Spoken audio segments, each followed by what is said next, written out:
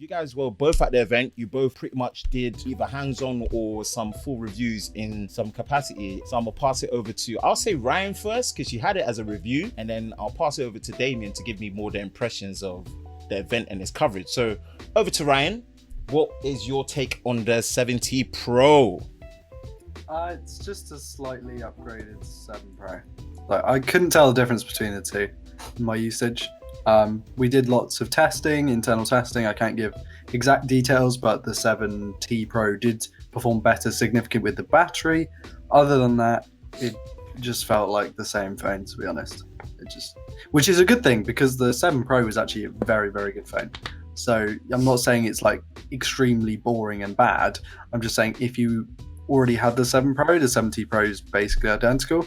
And if you hadn't used it before, it's a fantastic phone. It's a really, really good phone. It hasn't got the big 12 gig of RAM model. That's reserved for the McLaren Edition, as we've seen, which costs a little bit more. But I feel like you don't really need more than 8. Saying that, I think at this price range, you need to have those options. If you don't have those options, you're just missing out to the crowd. And you know, some people, like I've seen like a lot of people react to that McLaren Edition and they don't like the way it looks, but they want the 12 gig of RAM and they don't have that option. So that kind of sucks. But yeah, as a general phone, it's very good. Cameras are good. Screen is good, because like I said in my review, the groundbreaking thing was the 7 Pro, which was earlier this year. Yeah, May this year. Yeah, I think you've had you're lucky in some regards, Ryan, because you've kind of had a lot longer with the device than I have. But then again, I've had the 7T standard. Yeah, you haven't had. See, for me, the 7T standard is, as far as OnePlus are concerned, is their standout device this year, because as good as the 7 Pro is, it's not a mainline OnePlus device in the traditional sense. So you look at the like you said, the iterative design. What you then do is, with going from the 3 through to the 7, it was very iterative, and then the 6-month turnover is it seems quite like drastic. Even though there's not enough design changes between the main model and the T model. So obviously the 6.6T, that's what I mean by that. From 3T to obviously to 5T is massive. Yeah. But I think with the 7T standard, you're getting the biggest bump for a long time, and I think a lot of having still owned the 6T, I think it's enough of a bump for you to consider jumping from 6T to 7T. Maybe, and the 7 just feels like a forgotten phone that you maybe wouldn't necessarily even consider existing, because that was a bit of a I would love to know what the sales figures for that would be, because while it did make a lot of good quality changes, it did feel like the stopgap of stopgaps. And I think that's what the 7T Pro feels like right now. Again, the 7T Pro is the best OnePlus device technically you can buy right now. So yeah, I think from our perspective, we don't see much changes, but from a consumer perspective, they're going to be looking when they made the purchases. I don't know if they do people still buy phones every 2 years or every 3 years. If you've gone from the 5T to the 7T Pro, that's the best phone you're going to buy. So yeah, I think for me, I can completely understand from our internal tech perspective that it feels like the most iterative of updates. But from a consumer perspective, they don't tend to buy in the same sort of cycles that we buy, and they're not ingrained within tech like we are. Yeah. It'd be interesting to hear what Ben says as well, because obviously, Ben, you've been on the inside of it a little bit more. I think the opinions on it are very fair. Let's talk about what those differences are, right? So the new focuser motor in the ultra wide angle camera that's doing the macro photography, that's one. The Snapdragon 855, that's another. Warp Charge 30T, that's another. You know, a slightly bigger battery, that's another. At that price point, there wasn't anything more really they could have done, because it's literally the technology that they've got access to, right? That E2 panel, it's not an E3 panel where it gets as bright as 1000 nits, but it's 800 nits peak. But I mean, the benefit is that you can put a higher resolution into those, whereas not that the resolution on the 7T is not higher, but it's at least brighter. So it's a toss-up and it's a give and take. The real question is, like, it's more because it's based on that TPT carbon fiber material look of the McLaren Speedtail. I was really digging it. The way I thought when I saw it initially was it looked like someone running through an oily puddle. At least there's some sort of differentiation between the models, because they could quite easily do a really basic, obvious. Does seem like the price is justified, because you do get an entire new accessory kit. The accessory kit matches the papaya orange that is synonymous with McLaren. Yeah. As far as tie-ins go, it feels way more cohesive than, for instance, the Porsche Design Mate line, because realistically they just put a stripe down the back of the device and make it leather. There doesn't seem to be any real major differences, even though, yeah, you could say it does resemble the main line of the device. The thing you've got to understand, that's how TPT carbon fiber looks like. That's part of the interior of the McLaren Speedtail. Before, the 60 McLaren edition was based on F1, the F1 team, right? This is based on McLaren Automotive. That's why the McLaren Automotive CEO came on stage rather than the McLaren F1 team CEO, right? The design language went more to the street car, but it's the top line speed one. So it's more about McLaren wanted the craftsmanship to be based on that carbon fiber material design and look, right? And what you have to remember is the price hasn't gone up. The 12 gig RAM option for last time, right, was $799, right? Nebula Blue, that's the only color you could get in 12 gig RAM, 256 gig storage, right? Maybe the only thing I'll probably say is that if they could have had access to 512 gig UFS free storage to make it even more special, but there would have been a price bump, right? Yeah. The whole idea was to make the 12 gig RAM version feel more of a special purchase buy. Because in terms of actually the popular buy, people weren't buying that base model 7 Pro. Great price, great specs, 649, right? 6 gig RAM, 128, but no one was buying it because £50 difference, you're getting double the storage and extra 50% more RAM.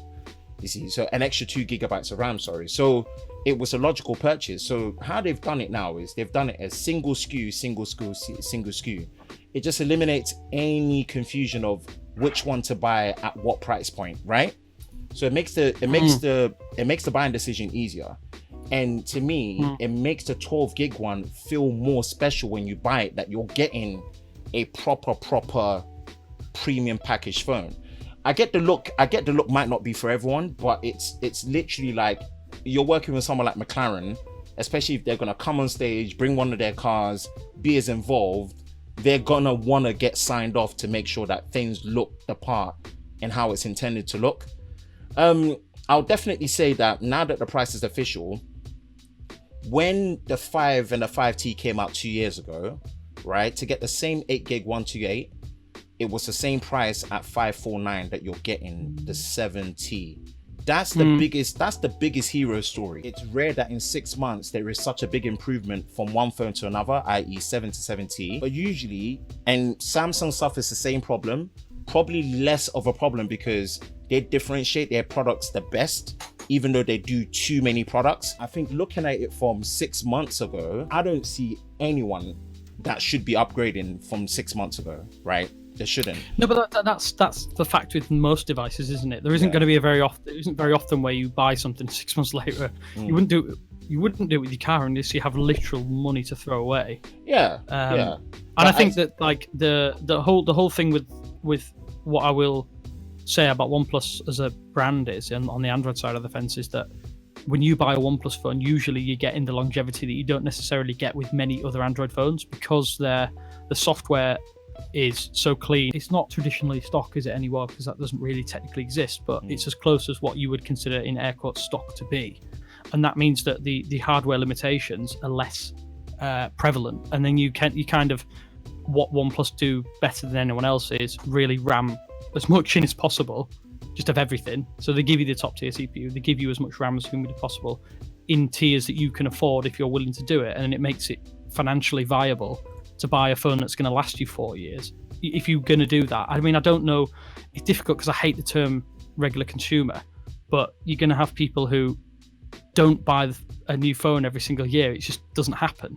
And I think that if you were going to suggest someone to buy a phone and they're buying an Android phone and they want the best experience probably possible, whether or not they want good camera performance and stuff like that, I do genuinely think OnePlus are one of the forerunners for most people.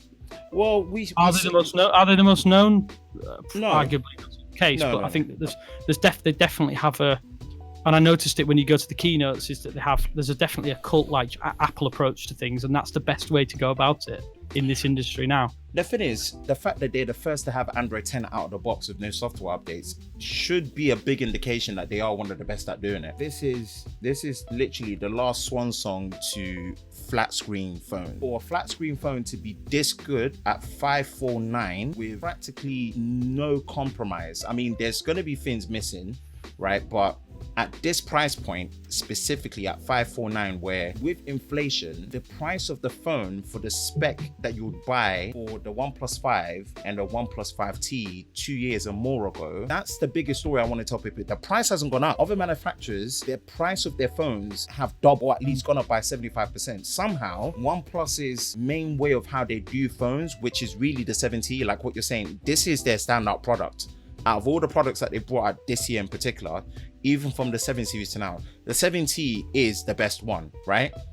But even just consider that for an ultra premium phone in their eyes, which is the 7T Pro and the McLaren Edition, at that price point, I don't see much touching it at the minute. You see, so I think it's 550. The only phone that's going to catch it is the iPhone XR.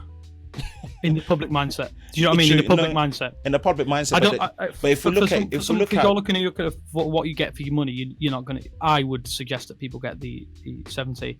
I think I completely agree with you. There's the competitive nature of OnePlus means that they can grab a market share that maybe necessarily other companies aren't able to capture. And at like you said, at 550, the 7T doesn't really compromise in many areas. It's finally got the camera up to the point where I would consider it probably 7.5 out of 10. The camera flexibility is there. The only thing it does lack a little bit is it's not quite as sharp. There is definitely no real weak point with the 7T. At that price point, the price point makes it even more because OnePlus have the best proven track record on Android to do software updates, not just for the phone but for the camera. When people talk about things that they don't like, not if it's a problem, it's just something they don't like, then problems. If like there's a problem, if you compare it to other manufacturers that at a much higher price point they don't do that, right?